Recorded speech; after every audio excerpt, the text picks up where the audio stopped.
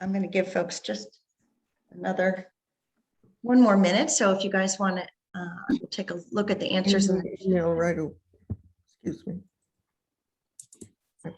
I've got two. Yeah, these are good points. Eleanor, that point about privilege being so ingrained, it's so true. Because we have privileges, we don't have to think about our privileges. That's such a key point. Exactly. And Deborah, you nailed it. Advantage over others just because of who and what you are. It isn't earned as much as given. Yeah, as white, those of us who are white females have plenty of privileges, but we don't have those male ones. Yeah, economic privilege, yes, secure home and future. Nice. I think people, I don't know if people are responding just to you. I'm not seeing any of that in the chat. Okay, can you see that because I'm looking at the chat? A part of the problem. Oh, I see Grace direct message. Whoops. So I think what part of the probably challenge is with Zoom is if you come on after someone has written in the chat, you can't see what happened before in the chat. Yeah, but I was here already, and I think it's because people are not responding to everyone. They're responding to. Yeah. Okay, so yeah, do try to hit respond to everyone, but I'll just share. You can see, I think, what's on my screen, and we have we have assumptions that we have. It's so ingrained that I can't count the ways. Gender can sometimes get in the way, or sometimes it can help us too. Okay. All right, I'll give people just a few more seconds and then we'll jump in. Good responses so far, thank you. And feel free to just talk too. Oh, the fact that your voice is always heard. Yes, Bill, good point. All right, folks, well, I'm going to honor your time and go ahead and get started. I want to make this interactive. I wish this could be in person. It's so much easier. I promise you I would have hands-on fun things to do if we were in person. And I would put you in pairs to discuss things, but it's a little harder this way. But just to introduce myself, my name is Michelle Fountain. I am the new licensed pastor at the United Church of Ludlow. I started there in mid-October. I am also a full-time high school teacher currently in Woodstock, although I'm excited that I'm going to be at the middle school in Rutland next year, which is an 8-minute walk from my house. So right now I drive to Woodstock during the week and Ludlow on the weekend. So it gets a little complicated. But my background in terms of this topic, just to let you know, as an educator, I've taken many courses on this topic. I'm a grad student, usually in the summer at Middlebury College Fred Love School of English. I've taken how to be an anti-racist teacher, African-American rhetoric, and I took a course called Teaching Diversity Through Literature through Castleton. So it's a passion I have and that I've been working on because I think it is an ongoing process to look at our privileges and those who don't have them and try to lift up the voices of others. Okay, so let's dive in. So I think when we talk about privilege, it's important to recognize those who do not always get recognized. So I would like to start with the Native American land acknowledgement. As we know in Vermont, one of our privileges is living in this beautiful place. Okay, Kuma.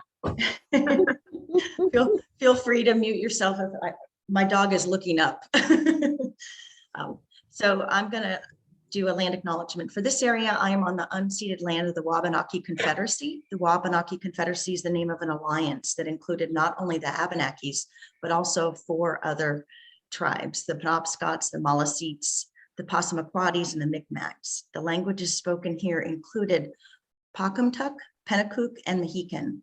I ask you to join me in acknowledging these communities, their elders, both past and present, and future generations. These people have been continuously on this land for thousands of years. We acknowledge the painful history of genocide, eugenics, and forced expulsion from this territory, and we honor and respect the many diverse Indigenous people connected to the land on which we gather throughout the state of Vermont. Yes.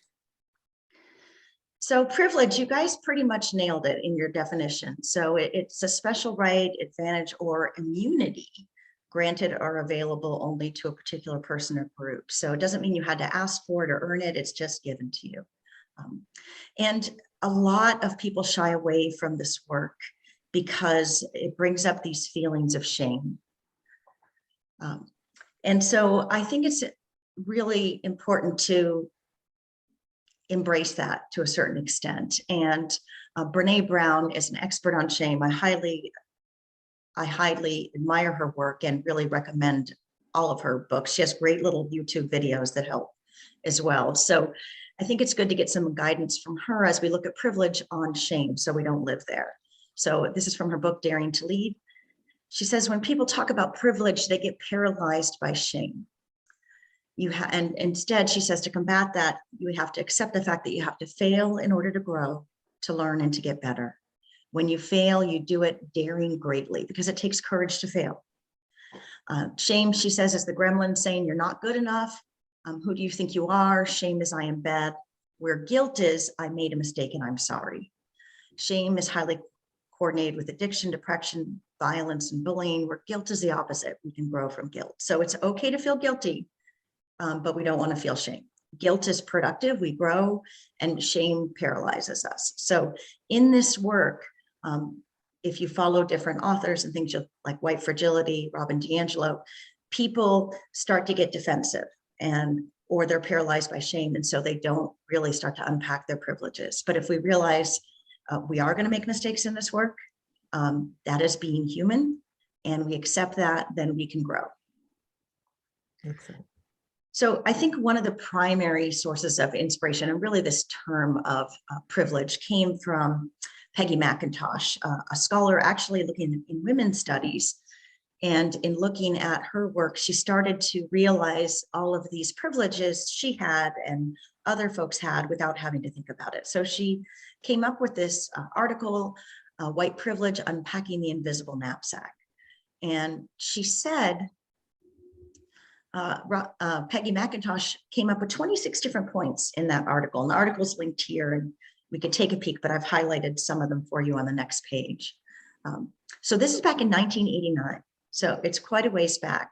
And the impetus for her, she said she was taught to see racism only in individual acts of meanness, not in the systems that confer dominance on my group or her group. And so here at this conference this year, we're really talking about and celebrating the LGBTQIA+ community and the 20 years that our conference has been open and affirming. But what I wanted to talk a little bit about is privilege in general today. And we have to unpack that and look at the intersectionalities of privilege in many different areas. And so while this particular article is written about white privilege, I think you could really substitute many other kinds of privileges and many other people that are excluded from privileges within it. So we can see different privileges, identities that can be substituted like cisgender, able-bodied, heterosexual, male, American, maybe even Christian. You know, that is an interesting topic when as a high school teacher and the advisor of our social justice club, I find students sometimes use the word Christian as a negative thing, as those who exclude. And I know that is not who we are, but that is who some Christians are, some religious people are, and that is sometimes how we are labeled. So we have to think about that. So here's my question to you, and anyone can unmute and answer or type in the chat. When one group is seen as the norm, what happens to everyone else?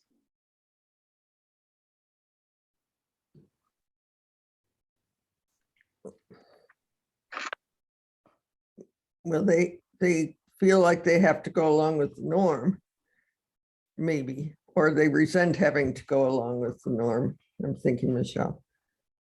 They become the outsiders. Yeah. They are ignored. Less than. Good answers. Yes. If there's something that's a norm, anything that's not the norm is othered in some way, less than, left out, or feel the pressure to try to conform to that norm, which is asking people. Yeah. When Elizabeth Johnson, the feminist theologian, wrote that when male is God, then God is male. So when something becomes the default, then everything else becomes something less than that default. Thank you, Mark. Mhm. That's a great way to put it. And so we Michelle? have to, in unpacking privilege, we have to somehow get rid of the defaults. Yeah, go ahead. Michelle, what I was thinking about when I'm looking at that is I've been spending a lot of time on Frederick Douglass's phrase, the white gaze. And I'm thinking about all those other groups feeling in some way that they have to speak to that, that sort of central group that's seen as controlling everything in a language that they understand. Mhm.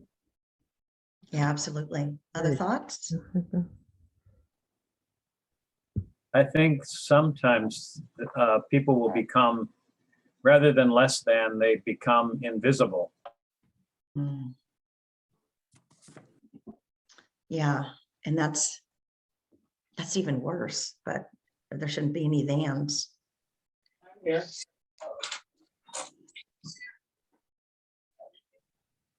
Anyone else want to weigh in before we move on?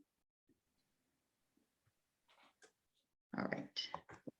So these are just, I highlighted a few of the 26 privileges on her list. If we want to go back and look at the list in full, we can. But I think these we can easily substitute other kinds of privileges in. So number one, I can, if I wished, arrange to be in the company of people of my race. I mean, certainly if for those of us who identify as white here in Vermont, that's pretty easy to do. Imagine if you are not of this, if you're not white, a lot harder to do. But we could also substitute in there people of my sexual orientation, people of my gender identity, people of my belief system, whatever it may be. But think about, again, we didn't have to think about that most of the time. Number two, I can be pretty sure that my neighbors will be neutral or pleasant to me in general.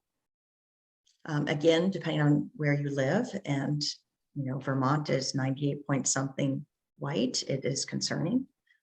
And there's got to be a reason for that, by the way. It didn't just happen. Number three, I can go shopping alone most of the time, pretty well assured that I will not be followed or harassed. Many of us have never had to worry about that, and many others do. Four, I can turn on the television or open to the front pages of the paper, and people of my race or people like me who identify like me, and we can put in various different other representations in there, are widely represented. That's a good place to begin. If you watch television or you open a newspaper or a magazine, things that you read, even as you walk around your community, what do the people look like in the advertisements? What are they representing?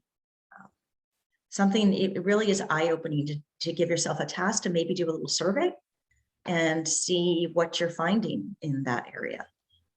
And in different places. It's interesting to do in different places, different channels. It's a very interesting study. As a teacher, I do that in my classroom. I realize what is on the walls, what do students see when they walk in, what books are we reading? Am I exposing them to voices that are different from their own? We have an expression in education, and it's actually true for anything, that we all need mirrors to see people who look like us, whoever we are. And we also need windows into looking at others who are different from us. That makes a richer world. So it's important to do both. And I think that's one of the things we have to do as people in the church as well, to open those doors, provide the windows to reflect all of God's children, the mirrors to reflect all of God's children, and the windows to see the ones we don't see in our mirrors. And then the last one on this list, I can be sure that my children will be given curricular materials that testify to the existence of their race, their religion, their orientation, whatever it might be, as I was just discussing. So when we look at this, who gets left out, and how do we work to change that?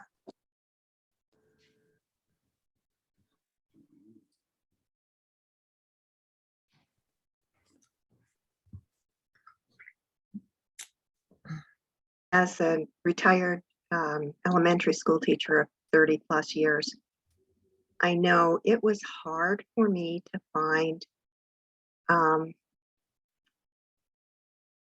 books where the minority children in my classroom, I mean, Jericho, Vermont is um, not a hotbed of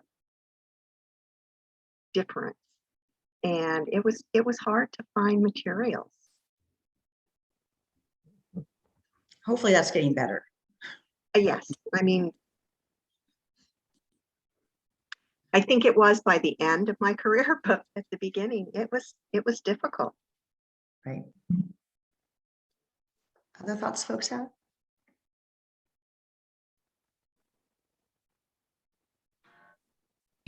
Well, we now have a Black pastor and we're in Hyde Park, Vermont, again, really pretty white.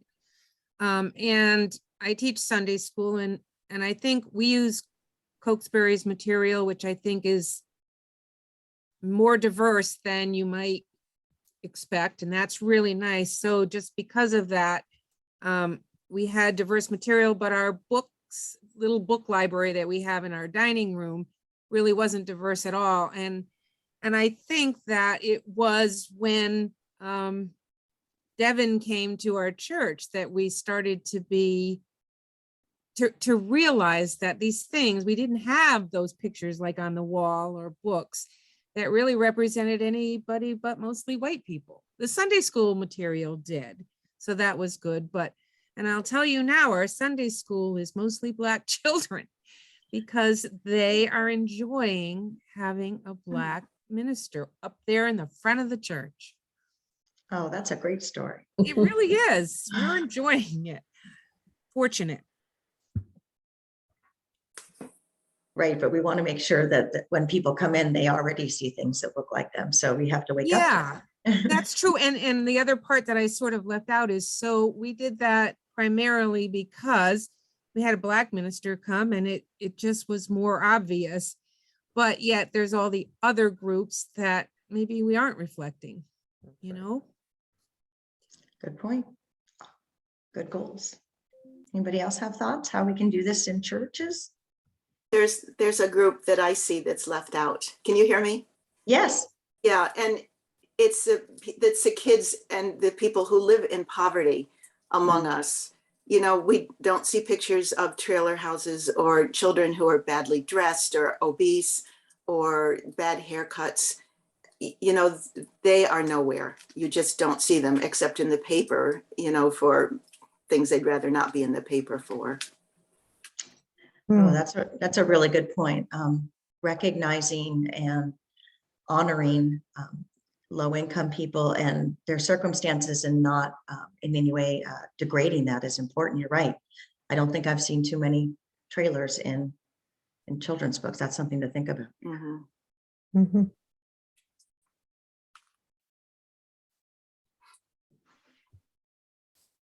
Anybody have any suggestions on things that you know you've done well in your churches to sort of uplift some of the voices that don't get heard or make them very visible? So if someone walks in, they know that they indeed are, as we say, whoever you are, wherever you are on life's journey, you are welcome here. You're welcome because we see and hear you. I think it's, you know, one of the things that whenever I have these discussions, what people bring up is the word that we leave out in equality, diversity, inclusion is the sense of belonging. And I think the idea of making people feel as if they are heard and present and welcome, regardless of whom they are, is really important. And I just want to go back to what somebody said a minute ago about the people who live in poverty in Vermont. I run on a rescue squad and I end up taking care of a lot of those people, and I see them sort of constantly. And so they're the people who somehow make this state work. And yet we don't honor them. They're doing the jobs that nobody else wants. And they're really living on the edge. And And so I think it's a very important concept to understand those people's presence in our lives and to honor them as people. And it's very easy not to see them and very easy to treat them as, well, you know, you're a problem, not a part of what we do. Mhm. Or someone we can help. Yeah. Through charity, you know, Right. but not, still not honor. I think it was interesting, particularly during the shutdown phase of the pandemic. We talked about essential workers, and we realized how many people are essential. And essential is, you know, we should honor everyone, but, you know, being called essential means you're important. And, you know, maybe we have to find ways to uplift that and, you know, consider that. But these aren't easy things to fix. Michelle Mark had his hand up before. Go for it, Mark. It's okay. Thank you. I took my hand down on purpose. Thank you. Okay. Okay. Yeah, for some reason, I'm not seeing the hands. I wanted to say that sometimes my kind of privileges are very mixed. Like, I can be with white people, I can go shopping and it'll be fine. But I have a married partner and I'm not always sure about the neighbors, and I'm not always sure about each congregation that I visit because I do a lot of pulpit supply. And that's shifted over years too. There's been churches many years ago where people were fine with me till they found out that I had a lesbian partner, and then they weren't fine at all, or they were not sure, and they wanted to talk about it, or they got upset. Some of those places themselves have shifted in their understanding over time.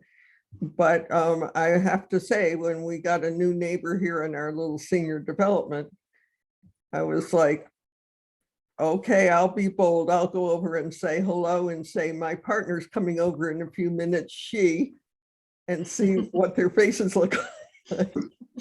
And so I'm kind of in that I can be maybe sure my neighbors will be pleasant. I hope. But every once in a while, somebody isn't too. Right. Alas. I remember very startling that my niece and her wife said, you don't come out once every time you meet someone new. Yep. You have to put yourself out there again. It's not. That's right. And it just kind of, what? It's Because of course, family adores them both, and we're very accepting. And it's like, how could somebody judge you? right. Right. And think about, is there a way that instead of putting people in that spot where you have to wonder by saying, you know, my wife or my partner, she, how people are going to respond if we have our open and affirming flags, if we have, I live in Rutland, we have these Rutland welcome signs, which have the LGBTQ flag on them. You can see right away, you know, how can we make it apparent that we're welcoming, you know, in the case of Black Lives Matter flag, you know, so people don't have to worry about their welcome, or at least know that this place should be welcoming, even if not every person in it. Right. I say that coming from a church that has not yet gone through the ONA process, but being new, I figured I shouldn't probably do it in the first 3 months. So I'm going to use this conference as my impetus. I'm working with a church now that's claiming it's UCC side of a federated church, and because they want to be ONA, but it's a process. It's such a process, and and it's interesting to be working with them and be out myself. So they, you know, it's like, oh yeah, she's okay, maybe. Well, somehow that's how you get people there. Okay, let's move on to the next one. So I know that some of this might be review I'm sure it's review for many of you, but I find that each time I explore some of these questions, I learn something new, or I take away a piece of ammunition that could help. And again, in a minute, we'll be talking a little bit more about intersectionality. While these are dealing with race, you can also put in other marginalized parts of identities that fit here. So let's just watch these quickly.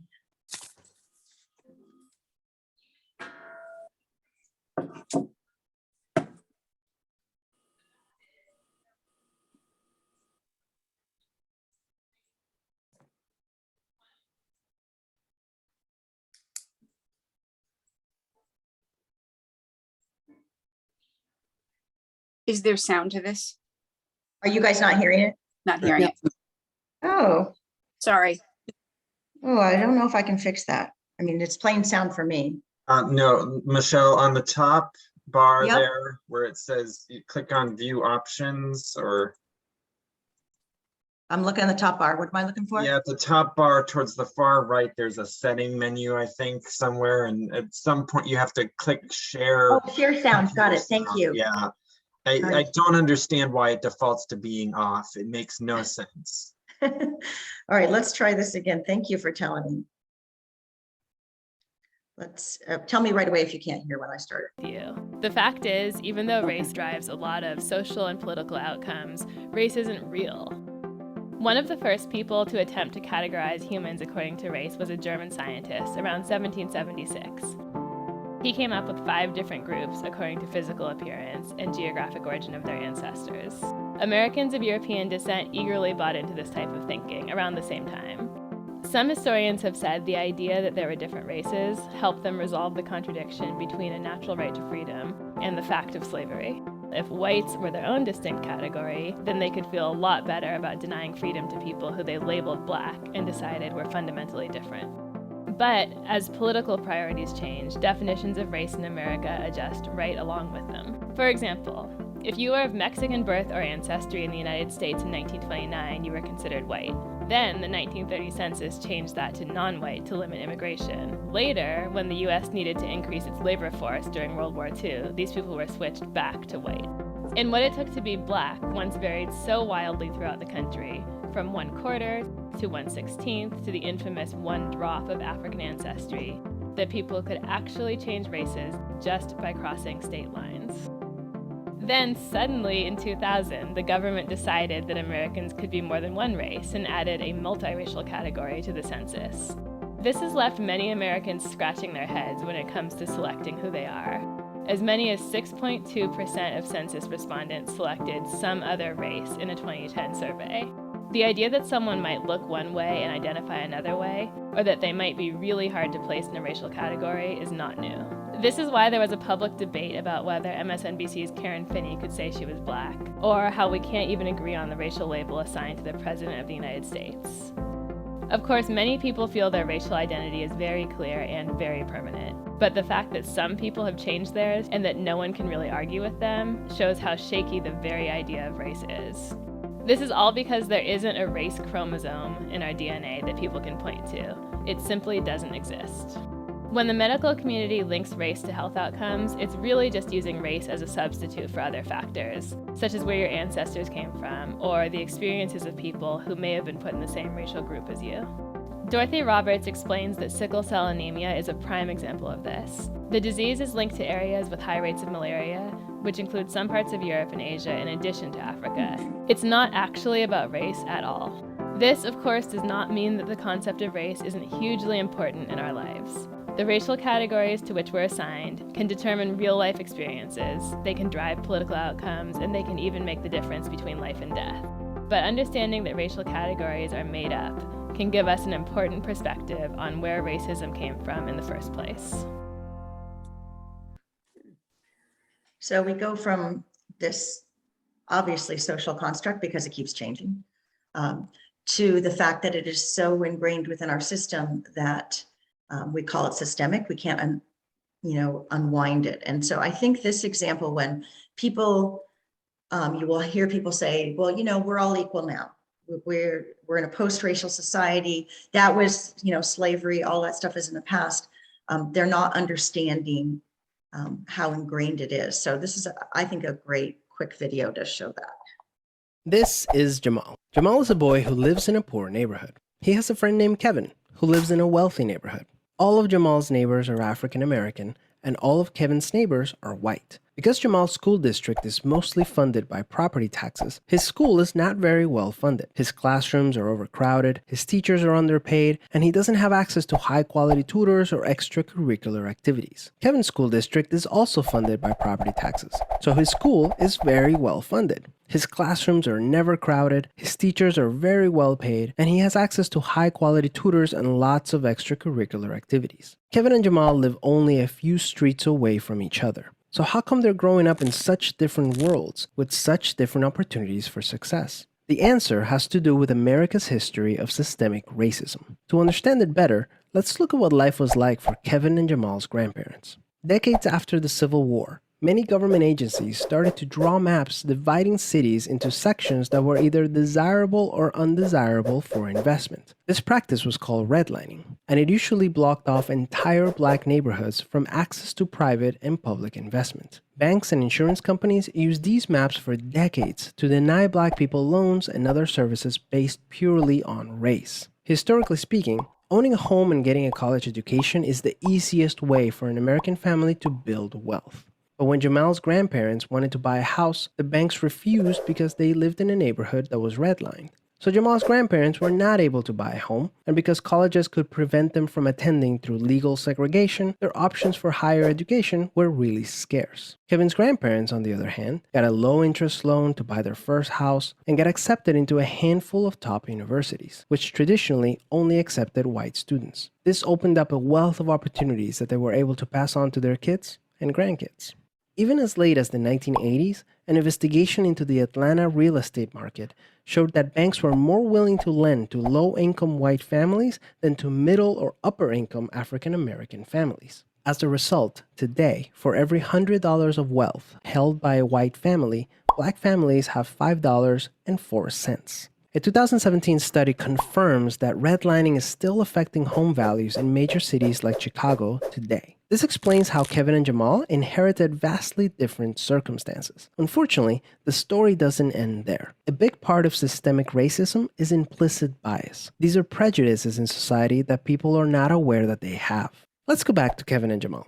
Against all odds, Jamal manages to be the only student from his high school to get accepted into a great university, the same one that Kevin and his high school friends are attending. But after Kevin and Jamal both graduate, Jamal notices that his resume isn't drawing as much interest as Kevin's, even though they graduated from the same program with the exact same GPA. Unfortunately for Jamal, studies show that resumes with white-sounding names get twice as many callbacks as identical resumes with black-sounding names. Implicit bias is one of the reasons why the black unemployment rate is twice the rate of white unemployment, even among college graduates today. You can see evidence of systemic racism in every area of life. The disparities in family wealth, incarceration rates, political representation, and education are all examples of systemic racism. Unfortunately, the biggest challenge with systemic racism is that there's no single person or entity responsible for it, which makes it very hard to solve. So what can you do? The first thing you can do is work towards becoming more aware of your own implicit biases. What are some prejudices that you might hold that you're not aware of? Second, let's acknowledge that the consequences of slavery and Jim Crow laws are still affecting access to opportunity today. As a result, we should support systemic changes that create more equal opportunities for everyone. Increasing public school funding and making it independent from property taxes would be a great start, so that poor and wealthy districts can receive equal access to resources. Systemic problems require systemic solutions. Luckily, we're all part of the system, which means that we all have a role to play in making it better. Peace. So one thing I would recommend, if you haven't already done it, implicit bias test. The Harvard there's a bunch of them out there, but take some implicit bias tests. They're all different kinds, from age to race to gender. And it's really interesting because, you know, this stuff gets so ingrained, we don't realize it's there. And it's unpacking this means becoming aware of those biases that we have acknowledging them, not again for the shame, but for a way to fix that by becoming aware of it. So I share this often with my students, and I give the example that, you know, when my mother passed away, you know, my sister and I inherited her house, which we could sell. And I used some of the money from that house to pay for some of my youngest son's college education. So there we get that generational wealth being built in that if you didn't own a home, you wouldn't have that access to. Also, you know, part of the problem is the fact that if I were teaching even in New Hampshire, I would not be allowed to say systemic racism. So many states have changed laws limiting what educators can say because they don't want anyone to feel guilty. And because they believe that we are in a post-racial society, which of course we know we are not. This is Jamal. Sorry. Jamal is a boy who lives. For some reason, I always start again when you try to change the screen. You may think you There we go. So the word that everyone is afraid of these days Oh, are the Michelle? term. Yeah. Eleanor's hand is up. Oh, sorry, go ahead. Yeah, I was waiting for that piece because that's what's distressing me so much, the way school boards and states and everybody in many states, it seems, are trying to limit what students can be exposed to in the way of uncomfortable subjects. And it's really, really pervasive. So I'm glad you're getting into that. Thank you. Yeah, no, it's a real concern, to be honest. I couldn't teach in probably half the states. The way I teach would not work. I would not have a job because I do address this head on. And it is, it's a way of holding on to privilege. I think it's coming from white fragility, to be honest. I think people, if you look at the demographics, they're changing in the United States. Right now, and I'm not going to remember the exact numbers, but over half of the children in the US are children of color. And that's going to become adults by supposedly around the year 2030. And much of this legislation is coming in fear of losing privilege. And so, you know, what do? You incite fear because fear gets people to do things they wouldn't normally do. And this term critical race theory has been grabbed by those, I'll just call them fear mongers. And they say, oh, the evil teachers are teaching critical race theory. And what is it? Well, I have studied critical race theory in graduate school. And I will tell you, it is not, it is a deep, highly philosophical subject that is really, it's academic and a legal framework. And the biggest thing it does is say that white supremacy is permanently built into our system, the way our system currently is. And then there's 8 or 9 different tenets that go with it. This is not, you would not teach this in this way in schools. What we teach is that race is a social construct, but racism is real and it is systemic. But the idea of critical race theory is not particularly being taught in schools, and it is just a higher level subject. But these are some things that it is. It does require us to acknowledge race as that social construct and the fact that it is systemic. It asks us to listen to the experience of people of color who have lived under the system. You know, in other words, a lived experience is educational as opposed to whatever frame we want to put on that experience. We need to listen to the people who are living in a system that is oppressing them. And it challenges the dominant ideology that no, our laws say that everybody's equal, so magically they're equal and equitable. And it also talks about intersectionality, and that's what I'm going to talk about next, or what we're going to discuss next, is the idea that we can't separate different parts of our identities. They're all part of who we are. So, for instance, I am a white female. I have privileges for being white. You know, at times my gender holds me back, but I can't separate the fact, those two things. They're both part of who I am. And I try to answer any other questions if you have any about critical race theory. I will tell you, I pulled out my textbooks in prepping for this, and it is one of those things you can't bring it down to a soundbite. It is really a big structure. And what I've got for you here is the simplest way that I can think to present it, but it is not what's being taught, except the fact that there is racism. Any questions about that before we move on? So intersectionality is where all of this comes together. It's a term coined by Kimberly Crenshaw here, and I'll have her explain it to you in just a moment. But it's really important because sadly, it's the intersection of, for some people, often several different marginalized identities, which makes it even harder to survive in this world.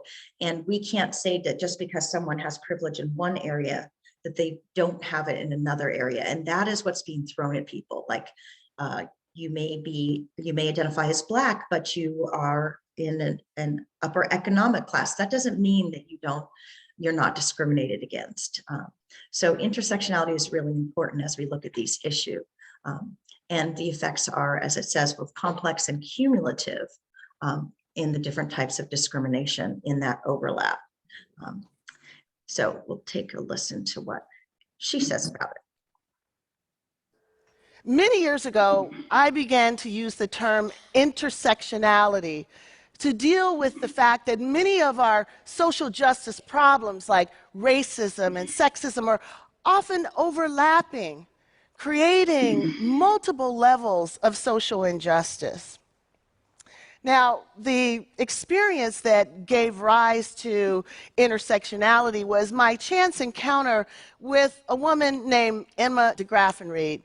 I actually read about Emma's story from the pages of a legal opinion written by a judge who had dismissed Emma's claim of race and gender discrimination against a local car manufacturing plant. She applied for a job and she was not hired, and she believed that she was not hired because she was a Black woman. And the argument for dismissing the suit was that the employer did hire African Americans and the employer hired women. The real problem, though, that the judge was not willing to acknowledge was what Emma was actually trying to say. That the African Americans that were hired, usually for industrial jobs, maintenance jobs, were all men. And the women that were hired, usually for secretarial or front office work, were all white. Only if the court was able to see how these policies came together would he be able to see the double discrimination that Emma DeGraffenreid was facing. But the court refused to allow Emma to put two causes of action together to tell her story because he believed that by allowing her to do that, she would be able to have preferential treatment. She'd have an advantage by being able to have two swings at the bat when African American men and white women only had one swing at the bat. But, of course, neither African American men or white women needed to combine a race and gender discrimination claim to tell the story of the discrimination they were experiencing. Why wasn't the real unfairness law's refusal to protect African American women simply because their experiences weren't exactly the same as white women and African American men? Rather than broadening the frame to include African American women, the court simply tossed their case completely out of court. So first of all, Black women weren't allowed to work at the plant. Second of all, the court doubled down on this exclusion by making it legally inconsequential. And to boot, there was no name for this problem. And we all know that where there's no name for a problem, you can't see a problem. And when you can't see a problem, you pretty much can't solve it. Many years later, I'd come to recognize that the problem that Emma was facing was a framing problem. The frame that the court was using to see gender discrimination or to see race discrimination was partial and it was distorting. For me, the challenge that I faced was trying to figure out whether there was an alternative narrative, a prism that would allow us to see Emma's dilemma, a prism that would allow us to rescue her from the cracks in the law, that would allow judges to see her story. So it occurred to me, maybe a simple analogy to an intersection might allow judges to better see Emma's dilemma. So if we think about this intersection, the roads to the intersection would be the way that the workforce was structured by race and by gender. And then the traffic in those roads would be the hiring policies and the other practices that ran through those roads. Now, because Emma was both Black and female, she was positioned precisely where those roads overlapped, experiencing the simultaneous impact of the company's gender and race traffic. The law was like that ambulance that shows up and is ready to treat Emma only if it can be shown that she was harmed on the race road or on the gender road, but not where those roads intersected.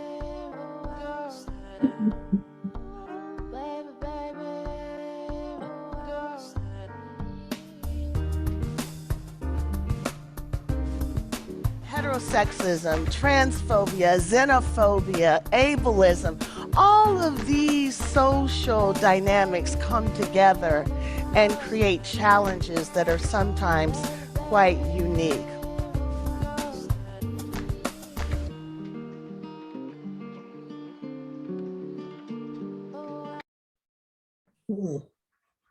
So back to the question, how can our social justice work through our churches and communities be informed by intersectionality?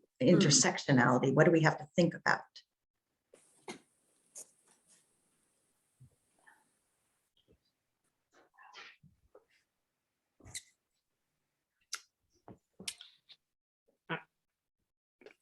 Well, I mean, it really goes back to what Bill was saying earlier, doesn't it? About belonging, that belonging is a key word here, that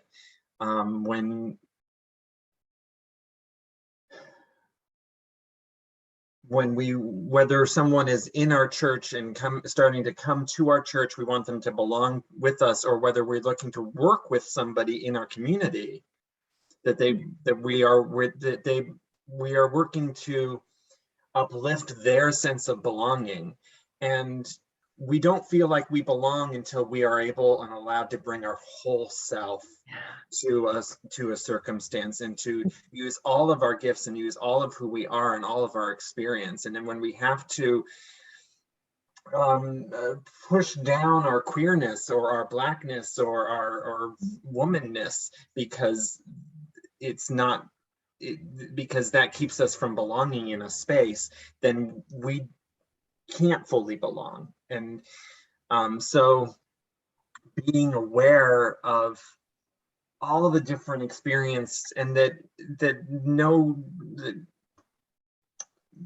you know, my experience as a queer person is different from someone else's experience as a queer person, because we have these different intersectionalities. Right. So yeah, a lot of words, but yeah, belonging, I think. Yeah, thanks, Mark. That's so key. And, you know, individuality, just we are all intersections of different things, but we're all individuals. Eleanor. I just, am I on? Yeah. I just think it invites us somehow to get places where we can talk to each other more and listen and have our voices heard, so that and those folks with these complex intersectionalities certainly need to have voices, because it's hard for some of us who don't have that bunch of concerns to see it. I don't know what churches can do to you know, have group gatherings to talk about it, but I do think talking is important. I'm sorry, can I just say that intersectionalities are not something that other people have, that Eleanor, you are a woman, and you are a woman of a certain age, and that you are treated differently because of your age than Michelle is as a woman. And so there are intersectionalities right there that make who you are different from who Michelle is. Good point. Thank you. Yes, we all have them. And, you know, part of this work is the listening. You're right, Eleanor. It's listening. Any other thoughts before I move on? We'll keep talking about this as we go. Well, I just wanted to jump back into the belonging thing again, because I think that an excellent point what just came up about the fact that we all share this intersectionality, and it's the thing we all share is humanity. And understand that the person across from you, or the person you're greeting, or the person you're talking to is a human being exactly like you are, no matter what baggage they bring or how they're dressed or whatever they're saying. They are a human being. And if you can keep that in mind and treat them with the respect that deserves, and that does a lot to change the process. Yeah, respect goes a long way. Hey, this is Jeremy from Dover. Can you hear me? Yeah, go ahead, Jeremy. Hey, yeah, I just so appreciate this conversation and everything. Thank you for the workshop. As a pastor, I've had a tough time. The background in some radical Christian activism, and also in teaching things about privilege at the college and graduate level. And as a pastor, I thought I understood that my job is to invite, whereas my job as an activist was often to indict. And now 5 years in, I would grade myself as a D or an F on advancing any sort of understanding among the local church of inequality, racism. And I think that I have found myself in trying to be serious and responsible about the difference in the roles. I've found myself, I think, being overly concerned about people whose ideologies are simply death dealing. And I see other pastors who are less careful having better outcomes. Now, some of this might be personal about how I interact with my congregants, but I'm not really thinking. So when it comes to sitting down and talking with someone, I find that it's very difficult to, I have not made much headway in taking the softer path. As a, my official job is settled pastor and teacher. I remember once my teacher in seminary, Dr. James Cohn, had once interrupted a student and said, "I'm your teacher. Sometimes I'm just talking to you, but right now I'm teaching." Some people took that as very arrogant, but he was simply clarifying that this is not just me as a member of our seminar speaking my own opinion. This is me saying, this is what I find to be true. And I'm trying to discern as a pastor about when I have been overly careful, because it's very hard to tell when I'm doing that because I'm comfortable. I don't know, it's competing responsibilities, but I would say that the prophetic strain of our faith is not something that I have, as a pastor, I think could be credited with to the degree that I thought it was my job when I started. It came through good intentions, but when I hear this stuff and I'm thinking, yeah, like all of this would be so great for my church to hear. Why haven't I done that? And the reason is because there's a few conservative members. Many years ago, I began to. Sorry. That's okay. That's a good reminder. I think I've said what I No, sorry, I had to admit somebody and I hit the wrong button. No, not at all. I can offer my ideas without processing further, but I mean, what would have been the difference if they would have seen their pastor if they would have seen me put my body between aggression and harm that is based on racism or homophobia. And, you know, if that exact scenario had come up, maybe I would do that. But it comes up every time when I choose not to talk about it in a sermon, when I choose to not push the Black Lives Matter sign conversation, which we were the only Southern Vermont liberal church, maybe with the exception of one other church, to not have that sign up. So that's just my thought about this. Thank you so much, everyone. Yeah, I don't know if Thank you for sharing.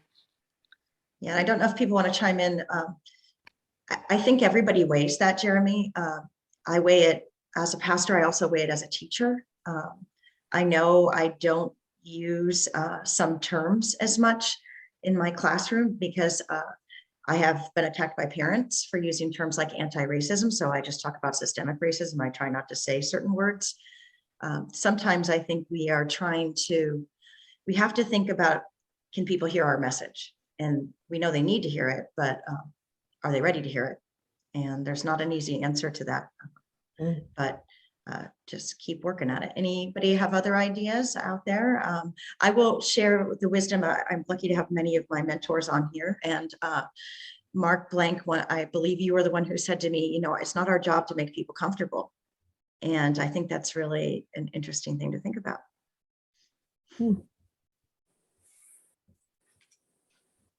Yeah, I think that's a line that's actually in my sermon for tomorrow.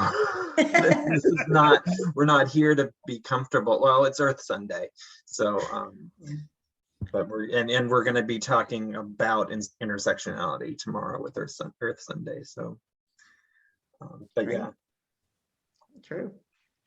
I think that increasingly white comfort, straight comfort is let me turn my camera on, is an existential threat to our society and to our democracy, and possibly to our planet. And maybe that sounds hyperbolic, but we can't teach the real history of the United States because it makes some white people feel uncomfortable. And then we're going to call ourselves Christian. We're going to say we're a Christian country. No. Right. All right, let's go to the next one. So true, lots of work to do. So how do we do it? Well, you're all here, so you want to do it, and that's a beautiful thing. And I have to tell you, I've been working at this really hard for about 3 years, and I feel like I'm barely scratching the surface, even of my own privilege. So it is a journey, and we have to just keep going. So, you know, one of the things to do is we need to take this privilege off of us and give it to those who don't have it and share that. And I really do believe that you have to do this through self-work. So having these conversations, actually being willing to be vulnerable, because it's important to be able to process this as we're doing now, because you just can't do this work in a vacuum by yourself. It just doesn't work. And we do this by sort of decentering ourselves, and that means decentering the whiteness in our churches and the privilege in our churches and our societies. Couple things we can do, and I'll show you a couple of quick slides to do that, is using inclusive language. And I think we're getting better about that. I know as churches, even as Mark said, you know, if we center God as being male, that changes things. I know I've got the father thing so ingrained in me, and it doesn't bother me because I don't think of God as a human in that respect, but, you know, using more inclusive language is helpful there in other ways. There's a lot of resources that will guide us through this work, and even going through them more than once, and I'll show you some examples of them in a few minutes, is helpful, because, you know, your perspective changes as you learn and grow. And then I really do emphasize that you come together with a group regularly as a part of that self-study. Do some on your own and come together to unpack it in a space where what we would call a brave space, where you can be vulnerable. So here's some examples on language, which is constantly evolving. In our lifetimes, we've seen so many terms change. So for instance, we used to say slaves, but saying enslaved people recognizes the humanity of the people forced into that, whereas calling people slaves does not. So we should try to use the term enslaved people. Indigenous people recognizes those who were in a place first, recognizes that this was not our land, as I did in that land acknowledgement. And this is interesting. BIPOC, this is a term that I think is changing. Some people are still using it. Other people, want to take the pieces apart and use the word people all the time. But Black, Indigenous, or people of color. A lot of people would say, a lot of people that would call themselves liberal whites would say, oh, I don't, see color. That's actually offensive to say because you're not seeing the person for who they are. But that at one point was seen as being a progressive view. So things change. A new term that's coming out is people of the global majority, which most of the world is not white. Only about 16% of the world's population is white. So that means most of it is Black or brown. So people of the global majority is a nice way to put it. But you can imagine some people that would send them right into their white fragility. Asking for and recognizing people's pronouns. And a thing about that, especially that I use as a teacher, is sometimes my students will share their pronoun with me, but they're not ready for it to be public. That goes for our churches and our communities as well. They may want to share with us, but is that something they want to be public? So asking is very honoring, and then also honoring how they want to be in public. There are a lot of old terms that we used growing up, just idioms and expressions that we didn't think about, that we didn't know that there was a racist connotation or a sexist connotation or any other connotation to it, but it has become that. So just being aware of old terms and thinking about what they mean. I know I've said some things like, whoa, wait a minute, I didn't mean that to be offensive. Well, it might have been part of the language you grew up with, but it needs to change. Code switching. Think about when you're talking to people. We talked about when there is a norm and people have to conform to it. Do people have to change their speech or behavior to make us comfortable? They shouldn't have to. And for me, as an English teacher, this means I had to rethink how I grade grammar, because in my standards, it says standard conventions of English, which Dr. April Baker Bell, who's written on the subject, says that's really white mainstream English. So someone else's use of language is their use of language. That doesn't mean it's wrong. It just isn't conform to the standard. So I've actually changed my grammatical standards to say, consider your audience and, think of the occasion for it and make the grammar fit that particular circumstance. An interesting little side note is that if in the Black dialect, you might hear someone say, we going someplace, and actually that is a really wonderful thing if you think about it, because in West African languages, there is no form of to be. So the fact that after 400 years of subjugation, that particular grammatical rule has come from the African roots is pretty amazing. And I shouldn't be telling someone they can't use that in those situations, especially in the narrative form. And I hesitated to put this on here, but we've had a real problem in our school lately, and I've heard in the communities as well, with the N-word being used. And I think we probably all know that white people can never use the N-word, and that sometimes Black people have taken that word back and made it their own, but it's within their community, it's a different thing than outside that community. And we've had to have a lot of talk about that in our school this year. My social action club students led advisories on it, and they're going to be talking to middle school students because it's become a problem. So just wanted to mention that. And I'm wary of time, so I'm going to finish up pretty quickly here. Oh, real quick, Eleanor's hand is up. Oh yeah, go ahead, Eleanor. I just forgot to take it down. Sorry. It's okay. Boing. So you guys probably know of these resources. If you haven't done it already, this one, White Privilege, Let's Talk, a resource for transformational dialogue, is on the UCC website. I taught a session of that at Grace Congregational Church in Rutland. It can be broken down in different ways, but it is about 6 sessions of about 90 minutes. You could do it a little longer, you could do a little shorter. It's really good stuff.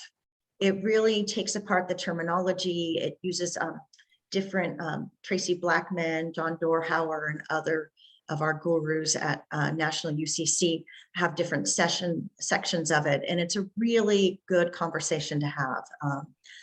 Very eye-opening for many people. So that's a great resource that we have through the UCC if you want to use that program. And there is a link to it here. And I'll make sure I share this slideshow with everyone after. Me and White Supremacy, this is an excellent workbook. I'm actually on my second time through it. The first time I did it with some fellow grad students from Middlebury, and we did it over Zoom, still works. And now I'm doing it with colleagues at Woodstock Union High School. It's essentially a 28-day journey where you read 2 or 3 pages. It might be on white fragility. It might be on white supremacy. There's various different topics about it. Tokenism. Each one is only 2 or 3 pages, and then you have between 5 and 8 questions to journal. And it is in that journaling that you really get the self-work in this, that you're really looking and you're asking yourself and being honest with yourself about how you've been a part of the problem at times, or how aware you've been of the problem. So what we do, for instance, in both the groups I've done, we meet and we do 2 of the days at a time. So we take 1 hour and we review the chapter, and we just we go around a circle. We use a circle format, and we mention something that stuck out to us, from the book. And we then bring up questions for each other. We create a brave space where we can be vulnerable with our experiences. So it does take a while to get through, but that's a great one. Another one, you could do the same thing with, is My Grandmother's Hands by Resma Menakem. He's a social worker, and he brings more of a whole body approach. He has you do sort of deep breathing exercises and talk about how there's racialized trauma even in white bodies. And he really does a nice job kind of with a more holistic approach to that education. Those are just a couple of the resources you could look at. When you do work in a group, you want to have some norms that you establish together. These are ones that we came up with when I led a group at Grace Congregational. This was on the white privilege curriculum the UCC has. So we said we would listen carefully and respectfully to one another. We wouldn't judge, so that we could be vulnerable. And if we felt uncomfortable, we would make that timeout signal and say, hold on for a sec, can you help me understand? If we say something we didn't mean, we would say, oops, and acknowledge our error. Say, I'm sorry if we offend in any way, and kind of use a thumbs up for agreement, or there's this thing too for agreement. But it's good to start with that so that people feel comfortable being vulnerable in these spaces. And then finally, there's just so much you can read.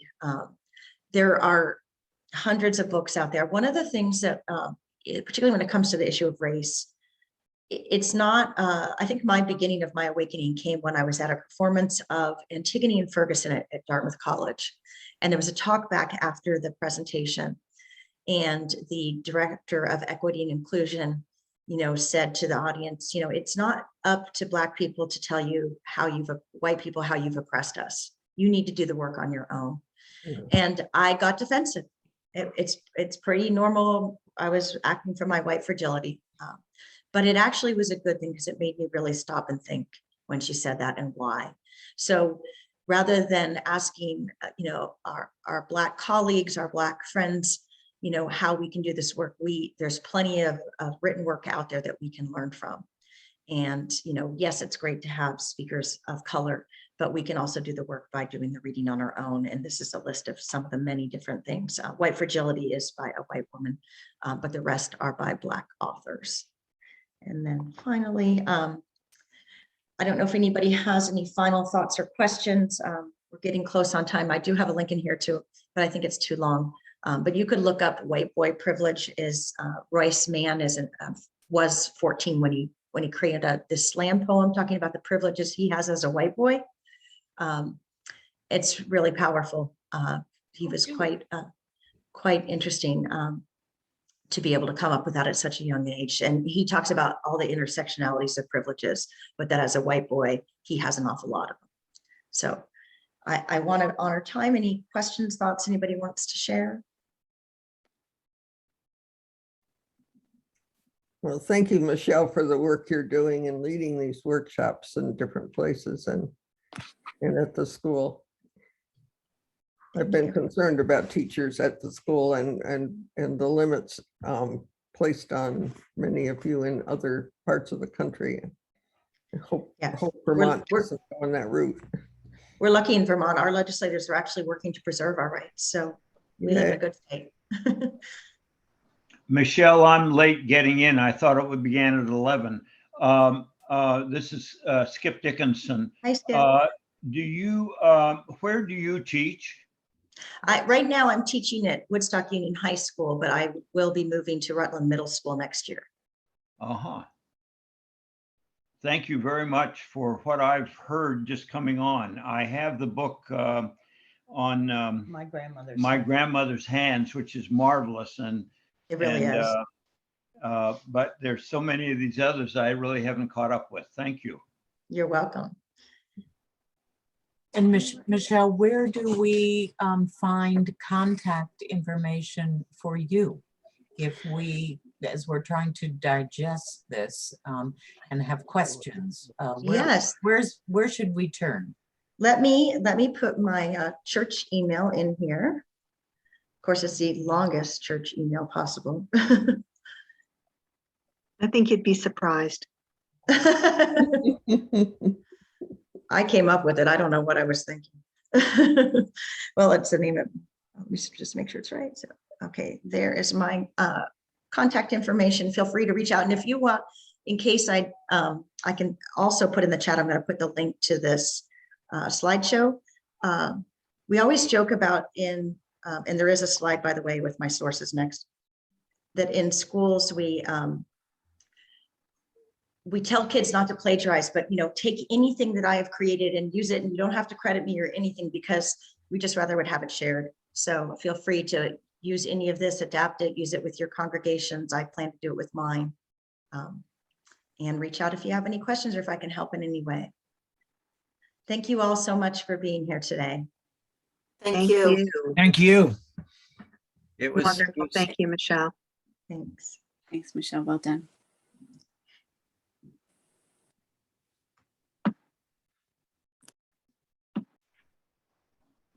Well, that wasn't awful, was it? No, not at all. That was great. Hot mic skipped. Hot mic skipped, Derry. We could hear you. Okay. I thought you muted it. No, it wasn't bad. It wasn't bad at all, Derry. No, it was great. It was great. Great work, That Michelle. refers to another conversation, actually. Mark, let me talk to you a second. I'm also working on Green Earth Day.